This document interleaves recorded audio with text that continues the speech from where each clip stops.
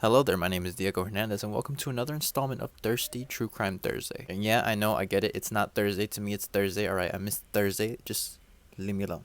Now on my TikTok, I asked, what true crime story do people want to hear next on my YouTube channel? And a lot of you people said, the Menendez brothers. And today I'm going to do exactly that. Today's true crime story, we'll be talking about the Menendez brothers.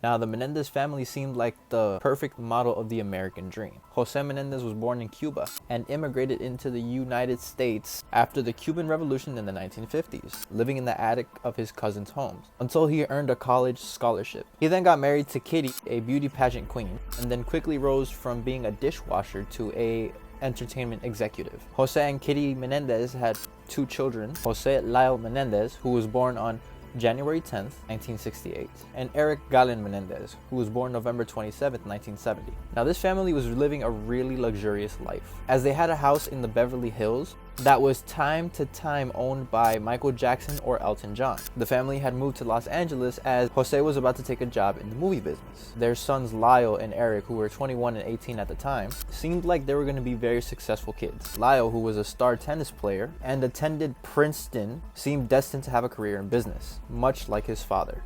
Eric, on the other hand, turned out to be extremely good at tennis and wound up as a nationally ranked player in his age rank. These two had no choice but to be successful. However, this all went down in a spiral motion.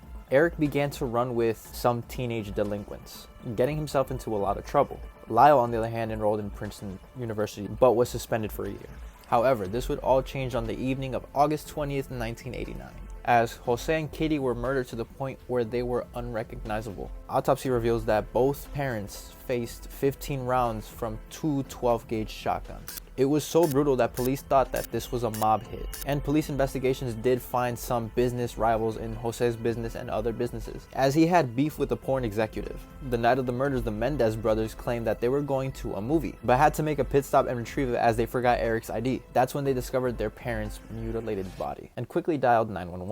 The officers who responded to the 911 call claimed that they found Eric sobbing in the lawn. Now, in the months following their parents' death, both brothers weren't acting like their parents just died.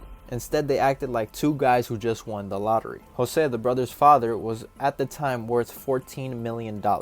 And within just 6 months, the brothers had spent $700,000 of their father's fortune. The brothers were both purchasing a lot of Rolexes, luxurious cars, eating at expensive restaurants, a personal tennis court, exotic vacations, so on and so on. And they also received a $5 million life insurance claim on their father, though technicality stopped them from receiving the money. These two brothers were living their best life and even went to go see the New York Knicks play in Madison Square Garden. That's where the famous basketball playing card comes in, where you can see them in the background. However, this luxurious lifestyle would all come to an end, as Eric couldn't take the guilt of him killing his own parents. So he confessed his involvement in the crime to his psychotherapist, Dr. J.L. Jerome Ozo. Dr. Ozo ended up taping the whole thing, and on March of 1990, Eric and Lyle were both arrested. Lyle was 22 at the time, and Eric was 19. Now, the question on everybody's mind is, what was the reason to this murder? The truth is, nobody knows what the reason was, as there are a lot of theories that go around on why the Menendez brothers killed their own parents. Most people say to inherit their